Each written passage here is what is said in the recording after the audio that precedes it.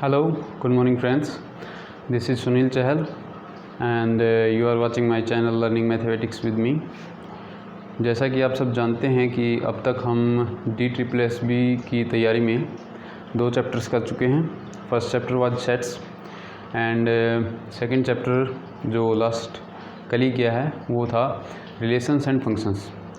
Sets के हम last year के क्वेश्चंस कर चुके हैं, तो आज डिस्कस करने वाले हैं जो हमारा सेकंड चैप्टर है रिलेशंस एंड फंक्शन. उसके लास्ट ईयर एग्ज़ाम्स में जो भी क्वेश्चंस आए हुए थे वो सब अराउंड 15 क्वेश्चंस करेंगे.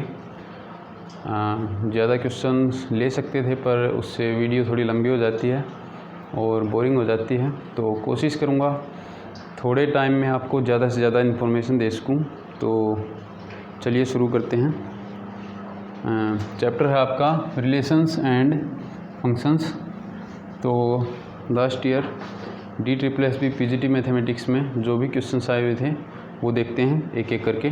फर्स्ट क्वेश्चन है आपके पास, a relation rho is defined on a set N by A rho B if and only if A is divisible by B for all A B belongs to N. Then यानी क्या है, a relation rho is defined on N. Natural numbers के सेट के ऊपर एक relation define की हुई है. किस तरह? Such that defined on N such that if A rho B है, what it means A rho B is such that A row B if A is divisible by B. यानी कि क्या है, A B से related कब होगा? जब A B से डिविजिबल होगा तो A क्या है, B से रिलेटेड होगा इस रिलेशन के द्वारा.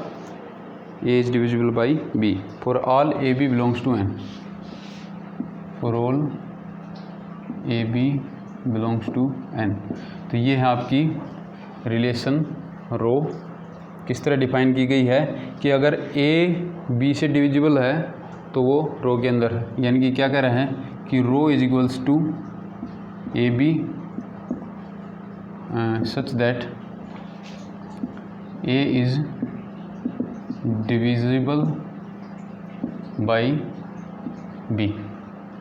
ये है आपकी रिलेशन. आपको बताना है कि ये रिफ्लेक्सिव है, सिमेट्रिक है, ट्रांजिटिव है या इक्विवेलेंस है, क्या है. फर्स्ट ऑप्शन है आपके पास रिफ्लेक्सिव एंड सिमेट्रिक. फर्स्ट है रिफ्लेक्सिव एंड सिमेट्रिक. सेकंड है आपके पास सिमेट्रिक एंड ट्रांजिटिव.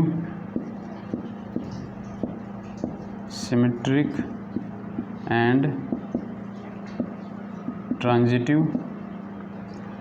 थर्ड है आपके पास इक्विवेलेंस. इक्विवेलेंस. और फोर्थ है आपके पास reflexive and transitive. Reflexive and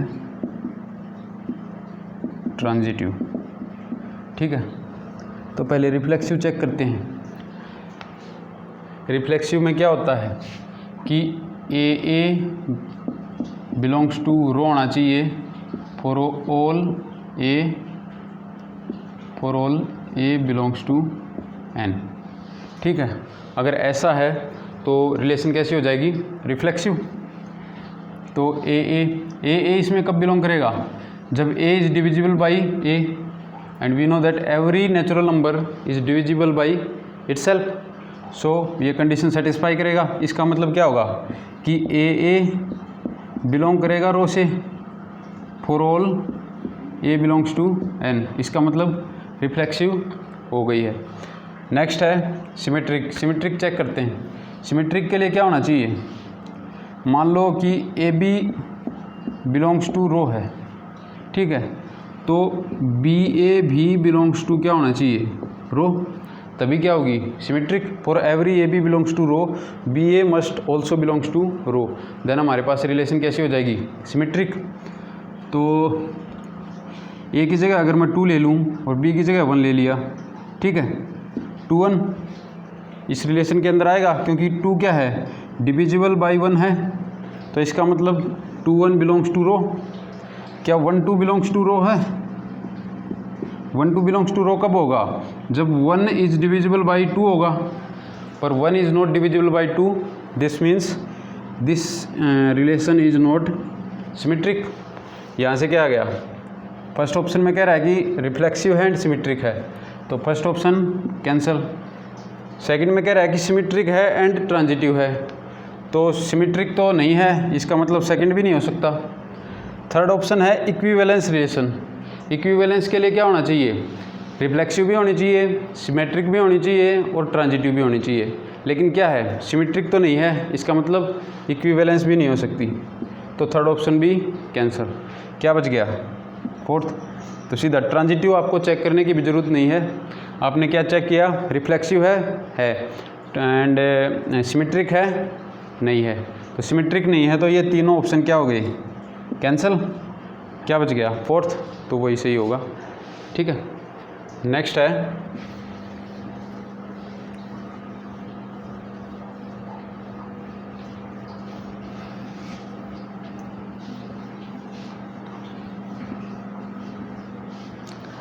next question है, number of elements in A n है, number of elements in B m है, then total number of mappings from A to B. कोई set A है, उसके अंदर नंबर ऑफ एलिमेंट्स कितने दिए हुए हैं, n। कोई सेट B है, उसके अंदर नंबर ऑफ एलिमेंट्स कितने दिए हुए हैं, m। और A से B के ऊपर कितनी मैपिंग्स, मैपिंग क्या होता है, फंक्शन को मैपिंग भी बोल देते हैं, तो हमें क्या बताना है, number of total number of functions from A to B, यानी A से B के ऊपर कितने फंक्शंस हम डिफाइन कर सकते हैं वो बताना है। जहाँ पर हमें क्या दिया हुआ है, number of elements in A n दिए हुए हैं, number of elements in B m दिए हुए हैं। तो कल एक फॉर्मूला लिखा था कि total number of functions from a set a finite set A to a finite set B if number of elements in A is n and number of elements in B is m, then total number of functions from A to B कितने होंगे, जो second वाला है, यानी कि codomain में जितने भी एलिमेंट हैं वो number of elements in B raise to power number of elements in A, total functions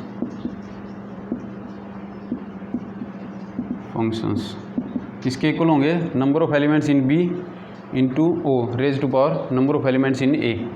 तो ये number of elements in B कितने हैं, m है, m raise to power number of elements in A n है, तो आपका solution क्या होगा इसका, m raise to power n। इसमें ये थर्ड ऑप्शन है। ऑप्शंस मैं अब लिख नहीं रहा हूँ क्योंकि सॉल्व ही कर दिया है, तो ऑप्शन लिखने की कोई ज़रूरत नहीं है।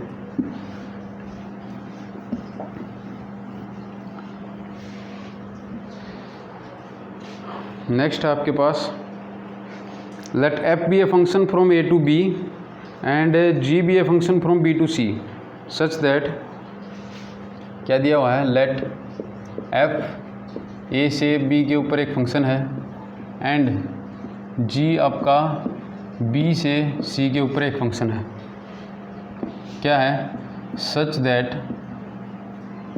आपका जो GOF यानी कि composition of F and G क्या है, GOF कहाँ से कहाँ पर डिफाइंड है, A से C के ऊपर डिफाइंड होगा, क्योंकि जो पहले क्या अप्लाई होगा F, और F का डोमेन क्या है A, बाद में क्या होगा G, और G का कोडोमेन क्या है C। तो इसका मतलब अगर F A से B के ऊपर डिफाइन है और G B टू C के ऊपर डिफाइन है, तो GOF कहाँ से कहाँ पर डिफाइन होगा, A से C के ऊपर। तो GOF क्या दिया हुआ है, A टू C, और आपको क्या दिया हुआ है कि जो GOF composition of F and G है, ये क्या दिया हुआ है, injective, GOF is injective function. GOF क्या दिया हुआ है? Injective function. इंजेक्टिव का मतलब क्या है? 1 1 दिया हुआ है, 1 1 फंक्शन है। और 1 1 फंक्शन कौन सा होता है? जिसमें डिफरेंट एलिमेंट्स की इमेज डिफरेंट आए, यानी कि अगर 2 एलिमेंट डिस्टिंक्ट हैं तो उन दोनों की इमेज भी डिस्टिंक्ट आनी चाहिए, ठीक है। तो वो फंक्शन कैसा होगा? 1 1। तो आपको ये दिया हुआ है कि GOF आपका है 1 1, तो आपको बताना है इन दोनों में से कौन सा 1 1 होगा।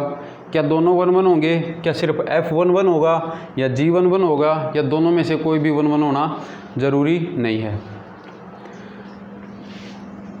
मान लेता हूँ ये सेट A है, ये सेट B है और ये सेट C है, ठीक है।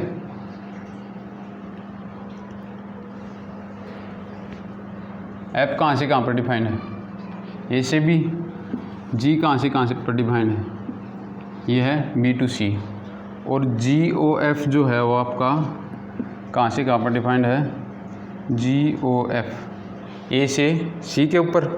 और ये आपको दिया हुआ है 1 1, यानी कि इसके अंदर मान लो 1 2 3 4 ये एलिमेंट हैं 4, ठीक है। इसके अंदर ये एलिमेंट ले लिए,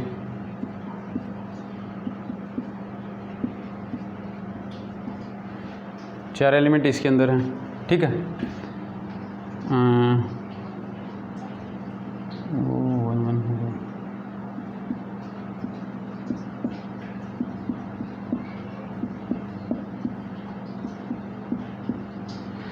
ये हैं सी के अंदर एलिमेंट, मान लो इस तरह से एलिमेंट हैं इन तीनों के अंदर, ठीक है। अब ये आपको दिया हुआ है 1 1, यानी कि इसकी इमेज क्या होगी? कोई एक एलिमेंट इसकी इमेज कोई और एलिमेंट होगा, पर ये नहीं होगा। मान लेते हैं ये होगा। इसकी इमेज क्या है? मान ली ये है। और लास्ट की इमेज क्या है? मान ली ये है, ठीक है। 1 1 का मतलब क्या है? अलग अलग एलिमेंट्स की क्या इमेज होंगी? अलग अलग, ठीक है। अब GOF कैसे डिफाइन होता है कि GOF(x) किसके इक्वल होता है? G ऑफ fx, यानी कि पहले f अप्लाई होगा और फिर जो भी रिजल्ट आएगा उसके ऊपर क्या अप्लाई होगा? G फंक्शन, ठीक है। तो अगर आपका ये तो दे दिया आपको कि ये 1 1 है, एक तरह से क्या पूछ रहा है? इफ़ दिस इज ट्रू, यानी कि if this condition is true then which of these two functions is injective, ये पूछ रहा है, ठीक है। इसका मतलब क्या है? एक तरह से इफ़ देन इस तरह की कंडीशन बन रही है। और इफ़ देन वाली कंडीशन में क्या होता है? अगर ये इफ़ वाली कंडीशन है तो ये क्या है? Sufficient condition. और देन के बाद जो भी कंडीशन आएगी वो क्या होती है? Necessary condition. तो इस फंक्शन के इंजेक्टिव होने के लिए आपसे क्या पूछ रहा है? नेसेसरी कंडीशन पूछ रहा है कि इन दोनों में से 101% कौन सा फंक्शन इंजेक्टिव होना ही होना ज़रूरी है, ठीक है। अगर दोनों इंजेक्टिव होंगे तो नो डाउट GOF अपने आप इंजेक्टिव ही होगा। मान लो कि इसको इस पे मैप कर दिया मैंने, इसको इस पे कर दिया, इसको इस पे कर दिया, इसको इस पे कर दिया। F के अंदर ये मैपिंग है, ठीक है। G के अंदर इसको इस पे कर रखा है, इसको इस पे, इसको इस पे, इसको इस पे। F भी 1 1 है, G भी 1 1 है, तो आपका ऑटोमेटिकली जो GOF बनेगा वो क्या बनेगा? 1 1 बनेगा, ठीक है। आपको GOF क्या दे दिया? 1 1। तो आपको बताना है कि F और G में से कौन सा 1 1 होगा डेफिनेटली, ठीक है। तो अगर दोनों 1 1 लेते हैं तो कोई दिक्कत नहीं है, ये 1 1 बनेगा ही बनेगा, कोई दिक्कत नहीं है। तो पर हमसे पूछ रहा है क्या ऐसा कोई केस हो सकता है कि अगर ये 1 1 हो और इन दोनों में से कोई एक ऐसा हो जाए जो 1 1 ना हो, या फिर ऐसा हो कि दोनों में से कोई भी 1 1 ना हो फिर भी GOF 1 1 हो जाए? क्या ऐसा कुछ हो सकता है? अगर मैं F को नोट 1 1 ले लूँ तो क्या होगा? किन्हीं दो एलिमेंट्स की एक इमेज आएगी। मान लेता हूँ कि इन दो एलिमेंट्स की एक इमेज आ गई, ठीक है। अगर इन दो एलिमेंट्स की एक इमेज आ गई तो G के अंदर ये सिर्फ 3 एलिमेंट्स पे मैप होगा, ठीक है। लेकिन A के अंदर कितने एलिमेंट हैं? 4, ठीक है। और GOF अगर 1 1 है तो इन चारों की 4 अलग अलग इमेज आनी चाहिए। लेकिन अगर F 1 1 नहीं हुआ, मैनी 1 हो गया, तो क्या होगा, इन 4 की सिर्फ 3 इमेज जाएंगे आगे, ठीक है। और फिर उस पर G अप्लाई करूँगा तो इन 3 एलिमेंट्स के ऊपर अप्लाई किया जाएगा, क्योंकि F अप्लाई होने के बाद तो इन 3 के अलावा और कोई एलिमेंट नहीं आएगा। तो अगर अब G अप्लाई करता हूँ तो ज़्यादा से ज़्यादा अगर G 1 1 भी हुआ तो आपके पास क्या होगा, 3 ही एलिमेंट पर मैप कर सकता है ये, ठीक है। तो यहाँ से आपके पास क्या आएगा, अगर F 1 1 नहीं हुआ, if F is not 1 1 then GOF आपका कभी भी 1 1 नहीं हो सकता। और यही क्या होता है, नेसेसरी कंडीशन। नेसेसरी कंडीशन में क्या होता है, if first statement then second statement,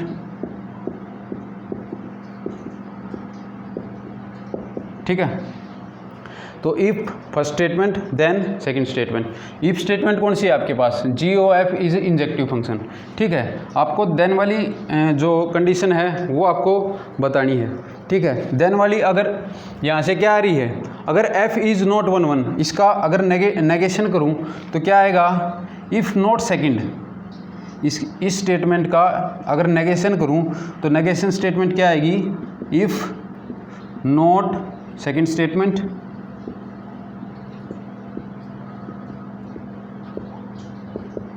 then not first statement, ठीक है। तो यहाँ से क्या आ जाएगा, ये दोनों जो स्टेटमेंट्स हैं वो एक तरह से क्या हैं, इक्विवेलेंट हैं। या तो मैं ये कह लूँ, if first statement is true then second is also true, ठीक है। या फिर मैं ये कह लूँ, if not second statement is not true then first can not be true. तो ये दोनों क्या हैं, सेम बात हैं, ठीक है। और यहाँ से हमने क्या देखा, अगर F को हमने नॉट 1 1 ले लिया तो हमारे पास क्या आएगा, GOF कभी भी 1 1 नहीं हो सकता। इसका मतलब क्या है, F must be 1 1 for GOF to be 1 1। तो ये क्या है, नेसेसरी कंडीशन, यही हमें फाइंड आउट करनी थी। अब देखते हैं क्या G को अगर मैं 1 1 ना लूँ, ठीक है, G को मान लेता हूँ, अगर G 1 1 नहीं है तो क्या फिर भी GOF 1 1 हो सकता है, ठीक है। लेकिन उसके लिए हमें क्या करना पड़ेगा, इसके अंदर एक और एलिमेंट लेना पड़ेगा, ठीक है। ये ले लिया, F को 1 1 ले लेता हूँ मैं, ठीक है। F को ले लिया 1 1, ये हो गया।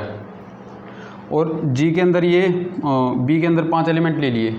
और G को देखता हूँ, अगर G को मैं मैनी 1 लूँ, क्या फिर भी ऐसा हो सकता है कि GOF आपका क्या बन जाए, 1 1 हो सकता है।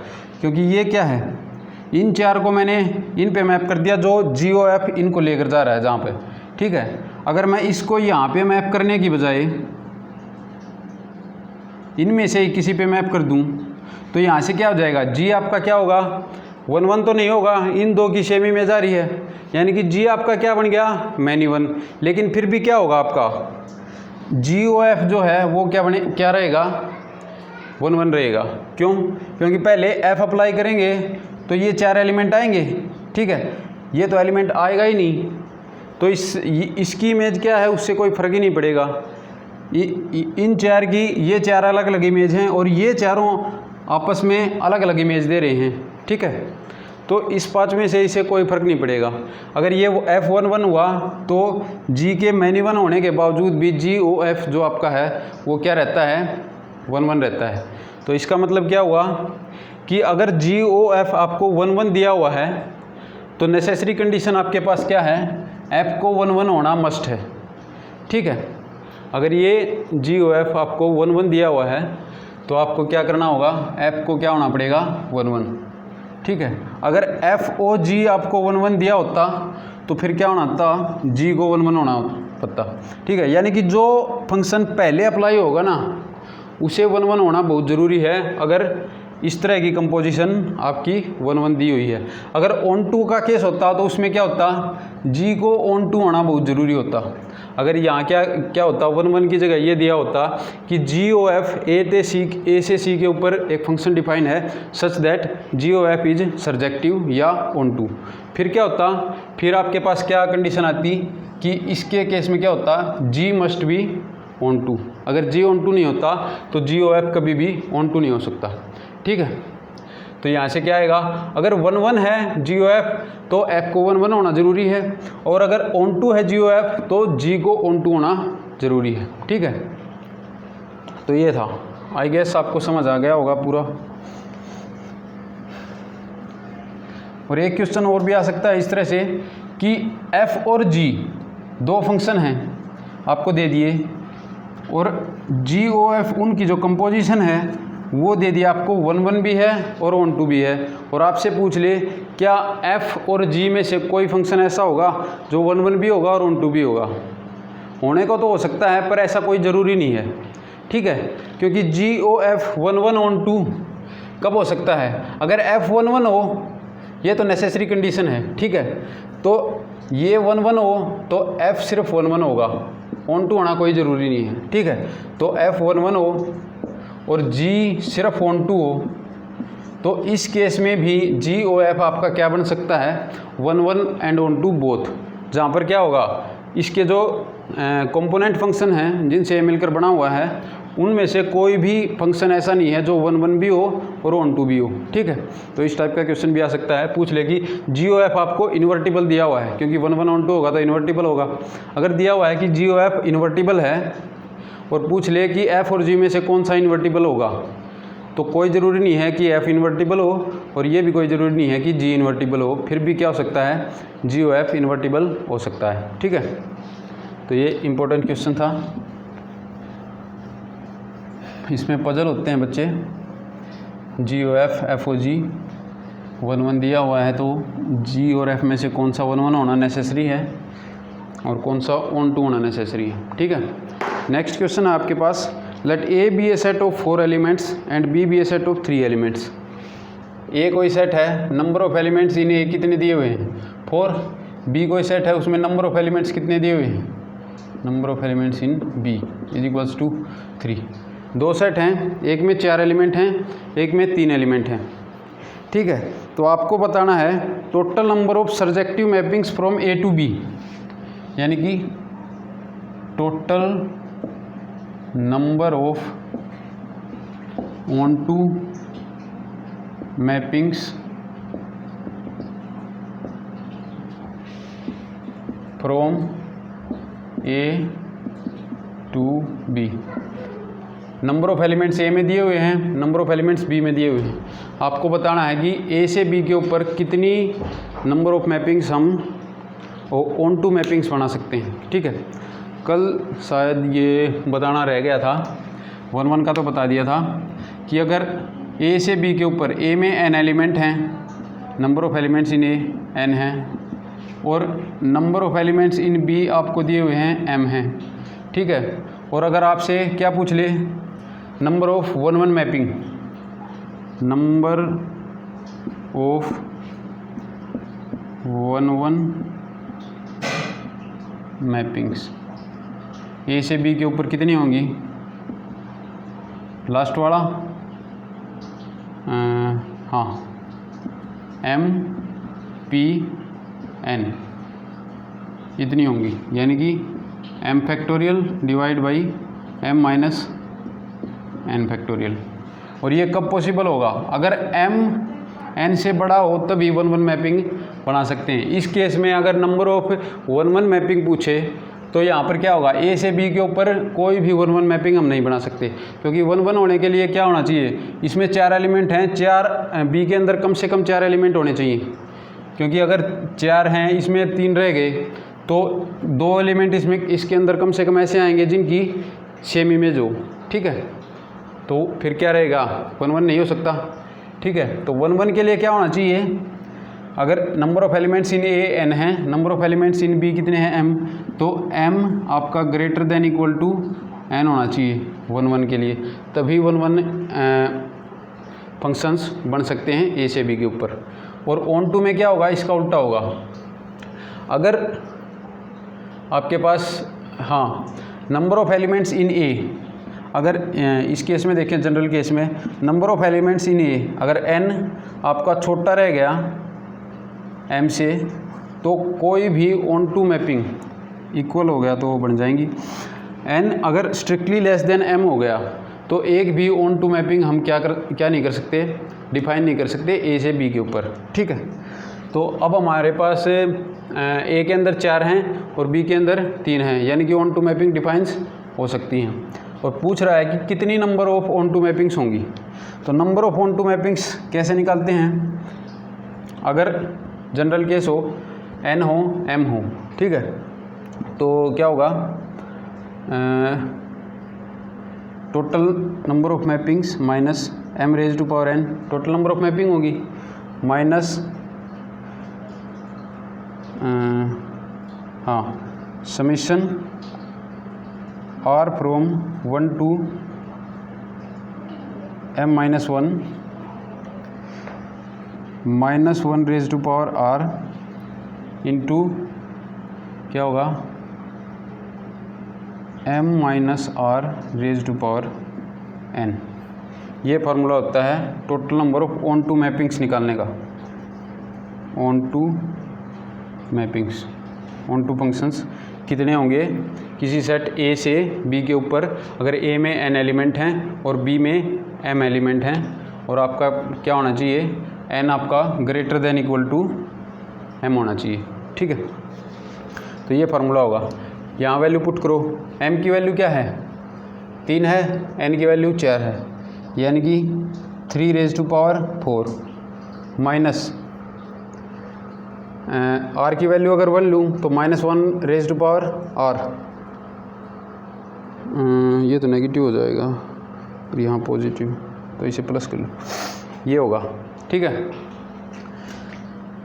Minus 1 raise to power r की वैल्यू 1 ली है तो minus 1 raise to power r minus 1, आगे प्लस था माइनस हो गया। एक चीज़ और लिखनी रहेगी, इसके साथ आएगा आपके पास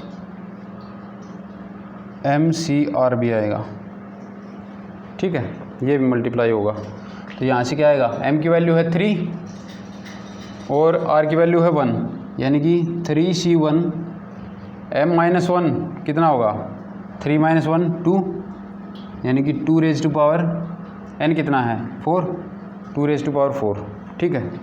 प्लस में कहाँ तक जाता है m माइनस 1 तक, m की वैल्यू 3 है यानी कि 2 तक जाएगी r की वैल्यू, और r की वैल्यू 2 पुट करूँगा तो प्लस, यहाँ पर क्या होगा 3C2 MCR, और फिर क्या होगा अगर m माइनस 2 करूँ यानी कि 3 माइनस 2 करूँ तो क्या आएगा 1, और 1 रेज टू पावर n की वैल्यू क्या है 4, किसके इक्वल आएगा 3 raise to power 4 minus 3C1 क्या आएगा 3, 2 raise to power 4 into 16 plus 3C2 ये भी 3 आएगा, और 1 रेज टू पावर 4 1 ही आएगा। कितना हो गया 3 रेज टू पावर 4 कितना होगा 81 माइनस 16 इंटू 3 48 एंड प्लस 3, कितना बच गया, ये हो गया 84 माइनस 48 36 आ गया। तो ये है आपका आंसर। अगर number of elements in A 4 हैं, number of elements in B 3 हैं, तो total number of onto mappings A से बी के ऊपर कितनी बना सकते हैं 36। फॉर्मूला क्या है, अगर एन एम दिए हुए हों और एन आपका greater than n greater than m होना चाहिए, ठीक है, क्योंकि अगर n लेस देन m रह गया तो एक भी ऑन टू मैपिंग नहीं डिफाइन कर सकते। n आपका greater than equal to m होगा, और ये फॉर्मूला लगेगा आपके पास m raise to power n plus summation r from 1 to m minus 1 minus 1 raise to power r m minus r raise to power n into MCR, ठीक है। इस फार्मूले से आप क्या निकाल सकते हैं, onto functions from a set finite set A to a finite set B, जिसके अंदर n और m एलिमेंट हों इस तरह से। तो नेक्स्ट है आपके पास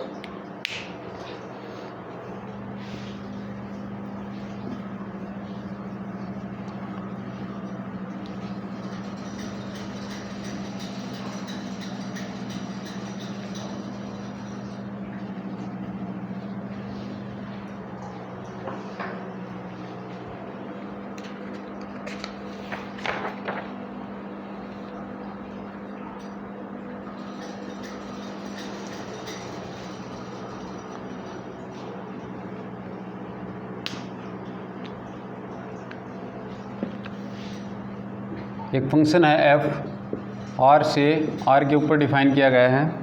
किस तरह से कि एफ एक्स आपको दिया हुआ है 2⁻x। आपको बताना है कि ये फंक्शन 1 है, 1 है, क्या है। ठीक है, तो 1 होने के लिए क्या होना चाहिए, अलग अलग एलिमेंट की अलग अलग इमेज आनी चाहिए, और आर के अंदर पॉजिटिव नेगेटिव सभी रियल नंबर्स आते हैं। ठीक है, तो अगर मैं एक एलिमेंट ले लूँ -1 और एक एलिमेंट ले लूँ 1, दोनों क्या हैं, डिस्टिंक्ट एलिमेंट्स हैं। ठीक है, और -1 की इमेज अगर इसके अंदर लूँ, एफ ऑफ -1 किसके इक्वल होगा, अच्छा हाँ ये तो वो तो होगा, ये इस तरह प्रूव नहीं कर सकते एग्जाम्पल से, अगर 1 नहीं होता तो प्रूव कर सकते थे। तो इसे देखते हैं, ये 1 होगा। ठीक है, 1 कैसे होगा, दो एलिमेंट ले लेता हूँ x1 एंड x2। ठीक है, और उनकी इमेज क्या लूँ, सेम। अगर किसी फंक्शन को 1 प्रूव करना है तो दो तरीके हैं आपके पास। एक तो आप ले लो कि f of x1 is equals to f of x2, दो एलिमेंट्स की इमेज सेम लेके चले, और अगर मैं ये प्रूव कर दूं कि x1 is equals to x2 है, तो यहाँ से क्या आ जाएगा, फंक्शन 1 हो जाएगा। लेकिन कुछ केसेस में क्या होता है, ये हम इस पोजीशन से यहाँ तक नहीं जा पाते। उस केस में क्या करना पड़ता है कि मान लो कोई पॉलिनोमियल दी हुई है x⁻³ plus 2x² plus 5x plus 6, इस टाइप से है। तो उसमें अगर दो अलग अलग फंक्शंस की इमेज सेम लेके चलूँ, फिर उनको कैंसिल करता चलूँ, तो यहाँ तक पहुँचना बहुत मुश्किल होगा। उस केस में आपको क्या करना होता है, फंक्शन क्या है, ये कंटिन्यूस फंक्शन। ठीक है, इसका डेरिवेटिव करो और डोमेन के अंदर ये देखो कि ये कहाँ पर इंक्रीजिंग है, कहाँ पर डिक्रीजिंग है। अगर ये पूरे डोमेन के अंदर इंक्रीजिंग फंक्शन है, स्ट्रिक्टली इंक्रीजिंग या स्ट्रिक्टली डिक्रीजिंग फंक्शन है, तो आपका ये क्या होगा, 1 फंक्शन। या ये डोमेन के अंदर किसी पार्ट में तो इंक्रीजिंग है, किसी पार्ट में डिक्रीजिंग है, तो इसका ग्राफ किस तरह से बनेगा, इस तरह से फ्लक्चुएशन आएगी ग्राफ के अंदर। ठीक है, तो यहाँ से क्या हो जाएगा, अगर ये रियल लाइन है, ठीक है, और फंक्शन का ग्राफ आपका इस तरह से है। ठीक है, तो यहाँ से अगर मैं ये लाइन खींचूँ एक्स एक्सिस के पैरेलल, तो यहाँ पे कट कर दी 3 जगह पे इसके ग्राफ को, तो यहाँ से इस पॉइंट पे भी यही वैल्यू दे रहा है, इस पॉइंट पे भी यही वैल्यू दे रहा है, और इस पॉइंट पे भी यही वैल्यू दे रहा है। तो इसका मतलब क्या हुआ कि फंक्शन आपका 1 नहीं है। ठीक है, तो दो तरीके से कर सकते हैं। अगर फंक्शन का ग्राफ आपका फ्लक्चुएटेड ग्राफ है, या फिर ये कहूँ कि अगर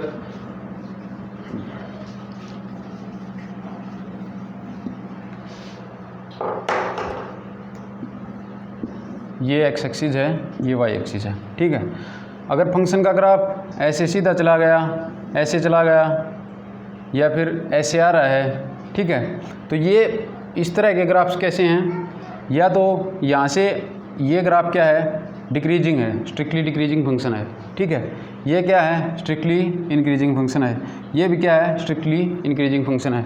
इस तरह के ग्राफ में अगर मैं एक्स एक्सिस के पैरेलल कोई भी लाइन खींचूंगा, तो वो इस ग्राफ को एटमोस्ट एक जगह पे कट करेगी। ठीक है, एक से ज़्यादा जगह पे फंक्शन के ग्राफ को कट नहीं कर सकती, अगर फंक्शन आपका क्या है, 1 है। ठीक है, अगर फंक्शन के ग्राफ को मान लो ये है एक एक्स वाई, फंक्शन का ग्राफ जैसे साइन एक्स या कोस एक्स का ग्राफ होता है, वो इस तरह से होता है। ठीक है, तो अगर एक्स एक्सिस के पैरेलल में एक लाइन लूँ, तो वो इसको एक से ज़्यादा जगह पे क्या करेगी, कट करेगी। तो फंक्शन कैसा हो जाएगा, यानी कि इस पॉइंट पे भी फंक्शन की वैल्यू ये है, इस पॉइंट पे भी फंक्शन की वैल्यू ये है, इस पॉइंट पे भी फंक्शन की वैल्यू ये है, इस पे भी ये है। तो एक से ज़्यादा पॉइंट्स पे फंक्शन क्या वैल्यू दे रहा है, सेम वैल्यू दे रहा है। इसका मतलब क्या हो गया, फंक्शन क्या होगा, 1 नहीं होगा। ठीक है, तो एक तो ग्राफ से देख सकते हैं कि अगर ग्राफ में देखें और कोई एक्स एक्सिस के कोई भी पैरेलल लाइन लूँ, अगर वो उसे एटमोस्ट एक जगह पे कट कर रही है तो फंक्शन कैसा है, 1 है, और एक से ज़्यादा जगह पे कट कर रही है तो क्या होगा, फंक्शन 1 नहीं है। ठीक है, तो इसका अगर ग्राफ देखूँ मैं 2⁻x का, तो वो कैसा होगा, एक्सपोनेंशियल फंक्शन है ये। तो 2⁻x का ग्राफ कैसा होता है, ये x एक्सिस है, ये y एक्सिस है, तो ये ग्राफ जाता है ऐसे, ये है 0.1001, ठीक है, यानी कि 0 के ऊपर अगर x की वैल्यू 0 पुट कर दूं तो 2⁻0 f(x) की वैल्यू क्या आएगी 1। तो इस तरह से जाता है इसका ग्राफ 2⁻x का। अगर x एक्सिस के पैरेलल कोई भी लाइन खींचूंगा तो आपके पास क्या आएगी, एटमोस्ट एक जगह पे कट करेगी, इसको एक से ज़्यादा जगह पे क्या करेगी, कट नहीं करेगी। तो फंक्शन कैसा है ये 1 तो है, ठीक है। ऑन टू है, ऑन टू नहीं है। ऑन टू क्यों नहीं है, क्योंकि ये कभी भी नेगेटिव वैल्यू नहीं देगा। x की कुछ भी वैल्यू ले लो, अगर -∞ भी लोगे तो 0 आएगा। 2⁻, अगर -∞ ली तो क्या आएगा 1/2⁻∞ इजिक्वल्स टू 1/∞ इजिक्वल्स टू 0, ठीक है। तो क्या आएगा 0, और 0 से नीचे कोई वैल्यू नहीं देगा। अगर -∞ से ऊपर लेंगे तो फंक्शन कैसा दिख रहा है, ये ग्राफ से इंक्रीजिंग फंक्शन है ना, तो यानी कि -∞ पर ही वैल्यू 0 आ रही है, तो इससे बड़ी वैल्यूज़ पे तो क्या आएगा, ऊपर ही जाएंगी, पॉजिटिव वैल्यू रहेंगी, ठीक है।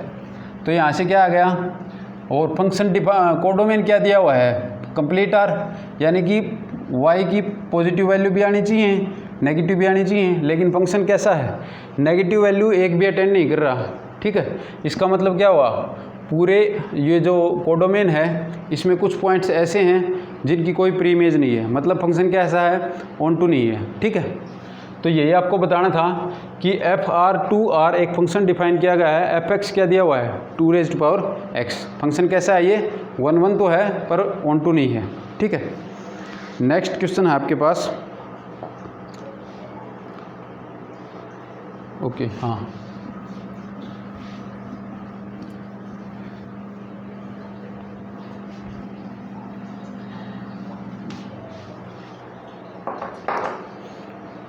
f कोई फंक्शन है, वो r-1 to r-1 यहाँ पे डिफाइन है, ये डोमेन है, ये आपका कोडोमेन है, ठीक है। और f(x) की वैल्यू क्या है, x+1/x-1। आपको क्या निकालना है, f इनवर्स फाइंड आउट करना है, क्या होगा, ठीक है। तो ये आपका ऑप्शंस पे डिपेंड करता है, ठीक है। अगर आपको ऑप्शंस में कोई ऑप्शन ये दिया हुआ है कि f inverse does not exist, तो आपको इसे क्या चेक करना पड़ेगा, 1 है या ऑन टू है, वो भी चेक करना पड़ेगा है या नहीं है, ठीक है। अगर आपको सभी ऑप्शंस में सिर्फ फंक्शंस दिए हुए हैं, ठीक है, तो आपको 1 ऑन टू चेक करने की कोई ज़रूरत नहीं है, सीधा आप क्या करेंगे, इसका इन्वर्स निकालेंगे, ठीक है। तो इन्वर्स कैसे निकालते हैं, f(x) को क्या लिखते हैं, y को लिखते हैं ना f(x). अब if x is related to y by function f, तो उसे क्या लिखते हैं, y is equals to f(x). तो f(x) क्या दिया हुआ है, x+1/x-1, ठीक है। तो यहाँ से मैं क्या लिख सकता हूँ कि y आपको क्या दिया हुआ है, x+1/x-1। अगर इस फंक्शन को, ये जो इक्वालिटी है, इसमें अगर मैं x को y की फॉर्म में लिख दूं तो वो आपका क्या आएगा, f इनवर्स आएगा, ठीक है। अगर कोई फंक्शन f दिया हुआ है, f(x) is equals to x के अंदर कोई भी आइडेंटिटी दे दी, उस तरह से आपको ये फंक्शन दिया हुआ है, और आपसे पूछ ले कि f इनवर्स निकालो, तो क्या करना है, y इज इक्वल्स टू ये लिखा, और इसमें x को y की फॉर्म में लिखना है आपको। अगर x को आपने y की फॉर्म में लिख दिया तो जो y की फॉर्म आएगी वही आपका क्या होगा, f इनवर्स, ठीक है। तो यहाँ से लिखो, इसमें अगर y/1 लिख लूँ तो कोई दिक्कत नहीं है, तो y/1 किसके इक्वल है, x+1/x-1।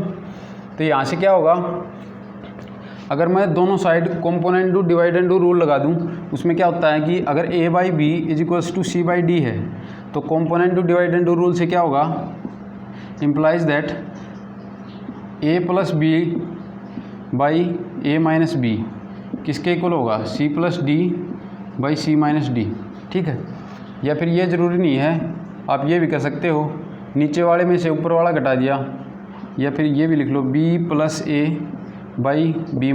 ये भी लिख सकते हो, पर इस साइड भी वही करना पड़ेगा, d plus C by D minus C, ये भी कर सकते हो, कोई दिक्कत नहीं है। यही तो है same, A plus B C plus D. नीचे क्या कर दिया, ए माइनस बी की जगह बी माइनस ए कर दिया, इधर सी माइनस डी की जगह डी माइनस सी कर दिया। ठीक है, दोनों में से एक तरह से ये कर दिया कि -1 यहाँ से कॉमन ले लिया, -1 यहाँ से कॉमन ले लिया, दोनों साइड से कैंसिल कर दिया। ये भी वही बात है। ठीक है, इसे ऐसे भी लिख सकते हो, माइनस वाला ऊपर ले सकते हो और प्लस वाला नीचे ले सकते हो। यानी कि ये भी लिख सकते हो कि A minus B by A plus B is equals to C minus D by C plus D, ये भी ले सकते हो। ठीक है, यानी कि ये रेशियो सेम रहेगा आपका। अगर ए बाई ए का और बी का रेशियो सी के डी के रेशियो के इक्वल है तो आपका ये रेशियो भी क्या आएगा, सेम आएगा। ठीक है, इक्वल नहीं होगा कि A by B is not equal to A plus B by A minus B is equals to C plus D by C minus D.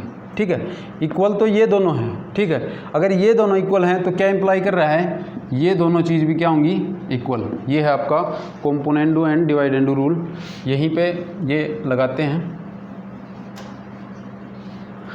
तो यहाँ से क्या आएगा, y plus 1 by y minus 1 किसके इक्वल आएगा, x प्लस 1, यहाँ पे plus क्या है तो यहाँ पे भी प्लस x माइनस 1। नीचे क्या आएगा, x प्लस 1, नीचे माइनस है, माइनस x माइनस 1। क्या आ गया राइट साइड में, 1 से 1 कैंसिल, ऊपर आ गया 2x, नीचे x से x कैंसिल, नीचे आ गया 2 से 2 कैंसिल, इक्वल टू आ गया x। तो हमने x को किसकी फॉर्म में लिख दिया, y की। x इज इक्वल्स टू क्या है, y plus 1 by y minus 1। यही आपका क्या है, f इनवर्स। क्योंकि अगर y is equals to f of x है तो यहाँ से क्या होगा, f इनवर्स y किसके इक्वल होता है, x के। x क्या आ गया आपका ये, यानी कि f इनवर्स y आपका क्या आ गया है, y plus 1 by y minus 1।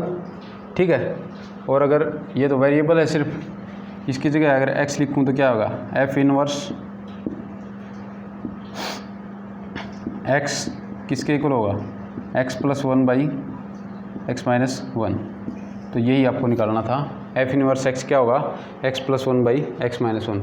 यहाँ पर देखो कि fx भी यही है, तो यहाँ पर क्या होगा कि fx is self inverse.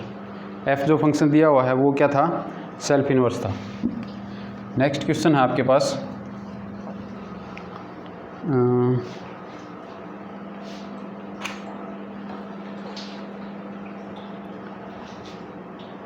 Greatest integer function बताना है आपको। 1 होगा या ऑन 2 होगा, क्या होगा, ग्रेटेस्ट इंटीजर फंक्शन कल पढ़ा था आपको, दिया हुआ है f सच दैट r से r के ऊपर डिफाइन किया है। ठीक है, और fx किसके इक्वल है, ग्रेटेस्ट इंटीजर ऑफ x, ये फंक्शन है। आपको बताना है कि ये फंक्शन क्या है, 1 है या ऑन 2 है, क्या है 1 है या ऑन 2 है, ये चेक करना है। ठीक है, तो 1 होने के लिए क्या होना चाहिए, अलग अलग एलिमेंट्स की अलग अलग इमेज होनी चाहिए। लेकिन अगर इसमें क्या होता है, greatest integer of x is equal to greatest integer less than और इक्वल टू x।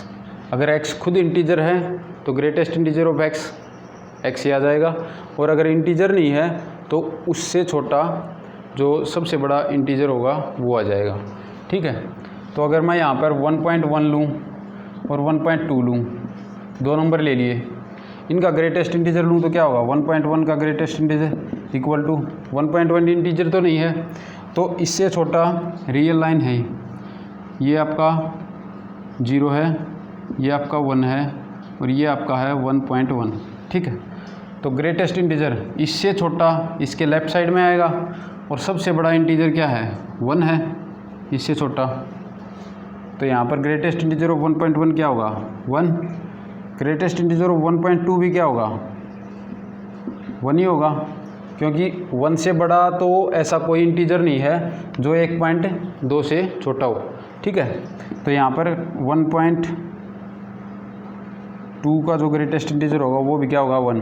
तो दो अलग अलग एलिमेंट्स की इमेज क्या आ रही है, सेम आ रही है। तो इसका मतलब फंक्शन कैसा है, 1 1 नहीं है। ऑन टू है, ऑन टू भी नहीं है, क्योंकि इसकी रेंज क्या होगी, सिर्फ integer.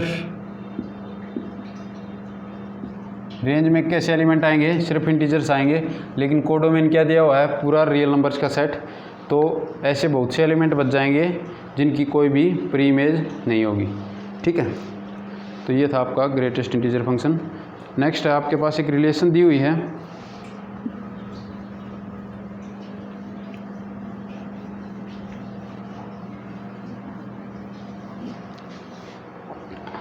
A relation in R is defined as, R किस तरह डिफाइन की हुई है, R is equals to A B such that A is less than equal to B square, ठीक है। आपको बताना है, ये आपको दी हुई है रिलेशन, आपको बताना है कि ये रिफ्लेक्सिव है, सिमेट्रिक है या ट्रांजिटिव है या इक्विवेलेंस है, क्या है। तो आपके पास फर्स्ट ऑप्शन है रिफ्लेक्सिव है, सेकंड ऑप्शन है आपके पास not an equivalence relation,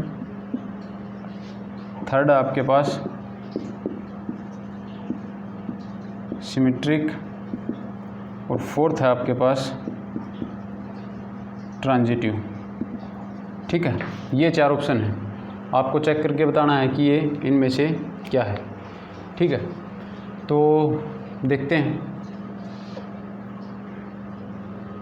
a reflexive होने के लिए क्या होना ज़रूरी है, ए बिलोंग्स टू आर। कहाँ पे डिफाइन है ये आर रिलेशन, रियल नंबर्स के सेट के ऊपर, ठीक है। तो ए बिलोंग्स टू आर, इसे आर की जगह कोई और नाम दे लो, क्योंकि जो सेट जिस सेट पे डिफाइन है वो भी आर है, और रिलेशन को भी अगर आर से डिनोट करेंगे तो गड़बड़ हो जाएगी। इसे मान लो रो नाम दे दिया, रो आपको रिलेशन दी हुई है such that a b set of all those ordered pairs a B such that A is less than equal to B square, ठीक है। तो रिफ्लेक्सिव होने के लिए क्या होना पड़ेगा, ए बिलोंग्स टू आर होना, ओ रो होना पड़ेगा। For all a belongs to, ये जिस सेट पे डिफाइंड है वो क्या है, रियल नंबर्स का सेट आर, ठीक है। For all a belongs to R. तो यहाँ पर आपके पास क्या होगा, रियल नंबर्स में कोई ऐसा नंबर है जो अपने स्क्वायर से छोटा ना हो। अगर मैं ए की वैल्यू क्या ले लूँ 1/2, ए को मैंने ले लिया 1/2। अगर ए 1/2 है तो आपके पास क्या होगा, 1/2 का अगर स्क्वायर लूँ, ए स्क्वायर किसके इक्वल होगा, स्क्वायर ऑफ 1/2 1/4। पर क्या a is less than equal to आपका बी स्क्वायर, बी की जगह भी ए ही लेना है, तो a is less than equal to a square है। ए आपके पास है 1/2 लेस देन इक्वल टू 1/4। क्या 1/2 1/4 से छोटा है, नहीं है, 1/2 बड़ा है 1/4 से, तो ये क्या हो जाएगा नोट। तो यहाँ से क्या होगा, एक एलिमेंट हमें ऐसा मिल गया 1/2 आर के अंदर, that is 1/2 belongs to R such that 1/2 does not belongs to rho. इसका मतलब आपके पास क्या हो गया, rho is not a reflexive relation. तो ये क्या है, रिफ्लेक्सिव नहीं है। सेकंड ऑप्शन क्या है, not an equivalence relation. Equivalence होने के लिए क्या ज़रूरी है, रिफ्लेक्सिव भी होना चाहिए एंड सिमेट्रिक भी होना चाहिए एंड ट्रांजिटिव भी होना चाहिए। अगर रिफ्लेक्सिव ही नहीं है तो इसका मतलब क्या होगा, नॉट एन इक्विवेलेंस रिलेशन। यहीं से ये ऑप्शन क्या हो गया, ट्रू। आपको आगे वाले ऑप्शन चेक करने की कोई ज़रूरत नहीं है, सिमेट्रिक है या नहीं है, ट्रांजिटिव है या नहीं है, क्योंकि ये नेट का पेपर नहीं है। नेट के में तो हो सकता है एक से ज़्यादा ऑप्शन ठीक हो, DSSB में क्या होता है, सिर्फ एक ही ऑप्शन ठीक होगा आपके पास, और अगर सेकंड ऑप्शन ठीक है तो ये ऑप्शन ठीक हो या नहीं हो, मतलब ये भी ठीक नहीं होंगे, क्योंकि अगर ये ठीक हो गया है तो मतलब ये क्या होगा, सिमेट्रिक भी नहीं मिलेगा और ट्रांजिटिव भी नहीं मिलेगा। लेकिन आपको क्या है, चेक करने की कोई ज़रूरत नहीं है। अगर रिफ्लेक्सिव ही नहीं है तो इक्विवेलेंस ऑटोमेटिकली नहीं होगी, और ये आपके पास ऑप्शन में है, तो इसका मतलब ऑप्शन 2 इज राइट।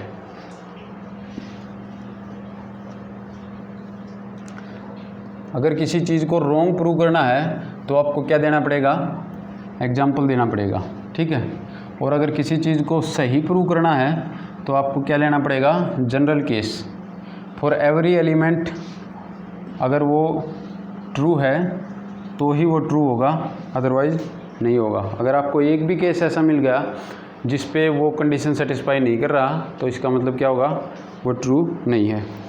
नेक्स्ट है आपके पास रिफ्लेक्सिव हो गया। फंक्शन दिया हुआ है आपके पास, आर से आर के ऊपर डिफाइंड है, f is defined from R to R such that f x क्या दिया हुआ है, 8x। आपको बताना है 1 1 है या 1 2 है या दोनों है, ठीक है। तो इस टाइप का है तो सीधा दो एलिमेंट ले लेता हूँ, दो एलिमेंट्स की इमेज सेम ले लेता हूँ। मान लिया मैंने ले लिया f of x1 is equals to f of x2 है, ठीक है। यानी कि क्या होगा, 8x1 is equals to 8x2 है, दोनों साइड 8 से डिवाइड कर दिया, ये cancel, implies that x1 is equals to x2। दो एलिमेंट्स की इमेज सेम लेके चला था, एलिमेंट ही सेम आ गए, इसका मतलब फंक्शन कैसा है, 1 1 फंक्शन है, ठीक है। ऑन टू है या नहीं है, ऑन टू होगा, ऑन टू भी। For every y belongs to r we have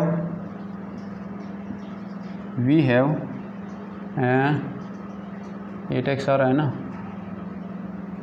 हाँ, x is equals to y by 8 belongs to r such that आपके पास क्या होगा, f of x is equals to क्या होगा, f of y by 8 is equals to, function की value क्या है, 8x। जो भी आर्गूमेंट देंगे इसके अंदर उसको क्या करेगा, 8 से मल्टीप्लाई, यानी कि 8 इंटू वाई बाई 8, 8 से 8 कैंसिल, इक्वल टू क्या आ गया, y। और ऑन टू की क्या डेफिनेशन है, यानी कि कोडोमेन के हर एक एलिमेंट y के लिए आपको एक एलिमेंट x डोमेन के अंदर ऐसा मिलना चाहिए जिसके ऊपर अगर f अप्लाई करूँ तो क्या आ जाए, y आ जाए, वो एलिमेंट आ जाए, ठीक है। तो y कोई भी जनरल एलिमेंट लिया कोडोमेन से, उसके लिए हमारे पास क्या हो गया, x एग्जिस्ट कर गया, x किसके इक्वल होगा, y बाई 8 के इक्वल, सच दैट अगर इसके ऊपर मैं फंक्शन अप्लाई करूं तो वैल्यू क्या आ रही है, y। ये जो y लेके चले थे जनरल एलिमेंट फ्रॉम कोडोमेन, तो यहाँ से आपका फंक्शन कैसा हो गया, ऑन टू भी हो गया, ठीक है। यही बताना था कि फंक्शन 1 1 है या ऑन टू है। नेक्स्ट है आपके पास दो फंक्शन दिए हुए हैं, उनकी कंपोजिशन बतानी है, इक्वल हैं या नहीं हैं।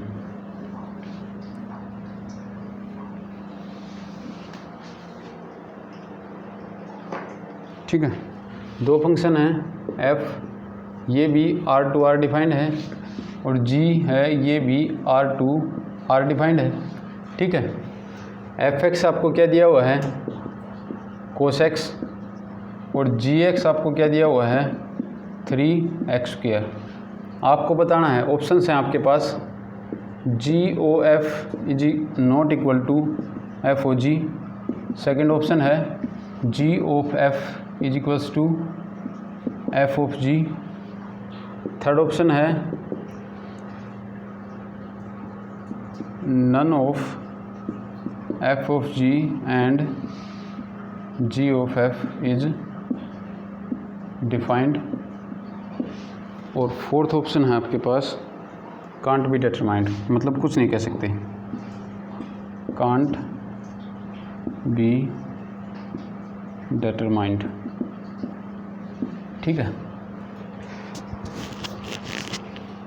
एफ आर से आर पे डिफाइंड है, जी भी आर से आर पे डिफाइंड है। ठीक है, एफ एक्स की जो रेंज है वो क्या आती है, कोस एक्स की रेंज होती है -1 to 1, यानी कि रेंज ऑफ कोस एक्स क्या आएगी -1 to 1 ये, और -1 to 1 जी ओ एफ के डिफाइन होने के लिए क्या होना पड़ता है, एफ की जो रेंज है वो जी के डोमेन में कंटेंट होनी चाहिए, और जी का डोमेन क्या है, complete R set, real numbers का सेट, और -1 to 1 इसका सबसेट है या नहीं है, यानी कि जी ओ एफ आपका क्या है, डिफाइन तो है, यानी कि थर्ड ऑप्शन तो सीधा कैंसिल हो गया।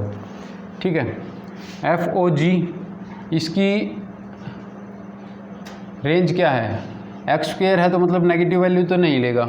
ठीक है, तो इसकी रेंज होगी 0 to इन्फिनिटी, जी एक्स की रेंज होगी 0 to इन्फिनिटी। क्या 0 to इन्फिनिटी इसके डोमेन का सबसेट है, बिल्कुल है, तो यानी कि आपका जो है एफ ओ जी ये भी डिफाइंड है। ठीक है, तो तीसरा ऑप्शन कैंसिल हो चुका है। अब ये देखना है कि ये दोनों इक्वल होंगे या नहीं होंगे, इन दोनों में कंट्रोवर्सी है। ठीक है, तो अगर किन्हीं दो ऑप्शन में कंट्रोवर्सी हो तो सबसे पहले उन्हें देखना चाहिए। ठीक है, तो ये है जी ओ एफ निकालो, क्या होगा, जी ओ एफ किसके इक्वल होगा, आपके पास जी ऑफ एफ एक्स, ठीक है, is equals to g of f x क्या है, कोस एक्स, किसके इक्वल होगा, जी अगर x के ऊपर अप्लाई हो तो क्या करता है 3 टाइम्स एक्स स्क्वेयर, अगर कोस एक्स के ऊपर अप्लाई करूँगा तो क्या आएगा 3 टाइम्स कोस स्क्वेयर एक्स। ठीक है, ये आ गया। एफ ओ जी निकालूँ तो एफ ऑफ जी एक्स यह आएगा is equals to f of g x क्या है 3x स्क्वेयर। ठीक है, और f क्या करता है, अगर x के ऊपर अप्लाई करूँ तो cos x आता है, अगर 3x स्क्वेयर के ऊपर अप्लाई करूँगा तो क्या आएगा cos ऑफ 3x स्क्वेयर। क्या ये दोनों फंक्शन इक्वल हैं, नहीं है। इस फंक्शन की रेंज क्या होगी -1 to 1, हाँ ठीक है, इसकी रेंज तो ये होगी, और इसकी रेंज cos x की रेंज -1 to 1, स्क्वायर कर दिया तो 0 to 1, और 3 से मल्टीप्लाई कर दिया तो इसकी रेंज होगी 0 to 3। दोनों की रेंज क्या है, अलग अलग आ रही है, यानी कि अपने डोमेन के अंदर दोनों अलग अलग रेंज दे रहे हैं, तो फंक्शन कैसे होंगे, इक्वल तो नहीं हो सकते, यानी कि फर्स्ट ऑप्शन क्या है ट्रू, सेकंड ऑटोमेटिकली गलत हो गया। ये था आपका क्वेश्चन। नेक्स्ट है आपके पास हाँ, एक रिलेशन दी हुई है, बताना है कि वो रिफ्लेक्सिव है, सिमेट्रिक है या ट्रांजिटिव है, क्या है।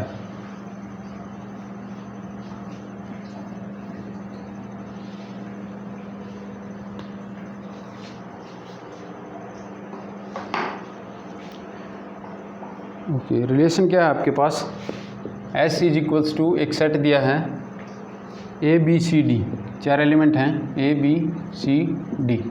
ठीक है, और रिलेशन आपके पास रो क्या डिफाइन की हुई है, rho is equals to AA B B C C D D और A B B A B C A B B A b c c b, शायद यही है, हाँ, ये आपको दे दी एक रिलेशन। आपको चेक करना है ये रिफ्लेक्सिव है, सिमेट्रिक है या ट्रांजिटिव है। अब ए भी है, बी भी है और सी भी है और डी भी है, 4 ही एलिमेंट हैं इसके पास, एस के ऊपर डिफाइन है रिलेशन, तो इसका मतलब क्या हो गया, एस के हर एक एलिमेंट क्या खुद से रिलेटेड है, तो आपकी रिलेशन कैसी होगी, रिफ्लेक्सिव तो होगी, रिलेशन होगी रिफ्लेक्सिव। सेकंड सिमेट्रिक चेक करते हैं, रिफ्लेक्सिव है तो इनके रिवर्स ऑर्डर तो मौजूद हैं ही, क्योंकि इनका रिवर्स ऑर्डर ये खुद होंगे, तो इनको तो चेक करने की कोई ज़रूरत नहीं है यहाँ पर, ठीक है। ए बी बिलोंग्स टू रो है, क्या B A belongs to rho है? बी ए भी बिलोंग्स कर रहा है, यानी कि यहाँ पर कोई दिक्कत नहीं है। B C belongs to rho है, C B belongs to rho है, यहाँ पर भी कोई दिक्कत नहीं है, यानी कि क्या हो गया, सिमेट्रिक भी है, ठीक है। ट्रांजिटिव चेक करते हैं। ट्रांजिटिव के लिए क्या होगा, ए बिलोंग्स टू आर है, ओ रो है, और आपका ए बी बिलोंग्स टू रो है, इसका लास्ट इसका फर्स्ट मैच होना चाहिए, ठीक है, मैच हो गया। अब क्या होगा, अगर ए बिलोंग्स टू रो है and A B belongs to rho है, तो आपके पास क्या होना चाहिए, ये A B belongs to rho होना चाहिए, और ए बी तो है ही, इसका मतलब यहाँ कोई दिक्कत नहीं है। और किसी में ए है लास्ट शुरू में और किसी में नहीं है, तो ये हो गया पूरा आपका। यहाँ पर देखो ए बी बिलोंग्स टू रो है, B A belongs to rho है, तो बी बी मैच हो रहे हैं, यहाँ से क्या होगा, ए बिलोंग्स टू रो होना चाहिए, ए बिलोंग्स टू रो है, ठीक है। यहाँ पे क्या है, ए बी बिलोंग्स टू रो है और B C belongs to rho है, ठीक है।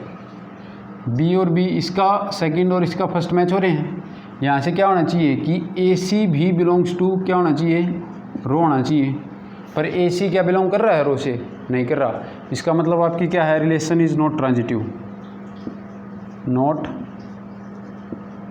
ट्रांजिटिव, ठीक है।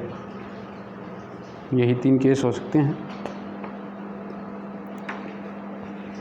नेक्स्ट आपके पास एक क्वेश्चन है, आसानी है तो वैसे ही लिया।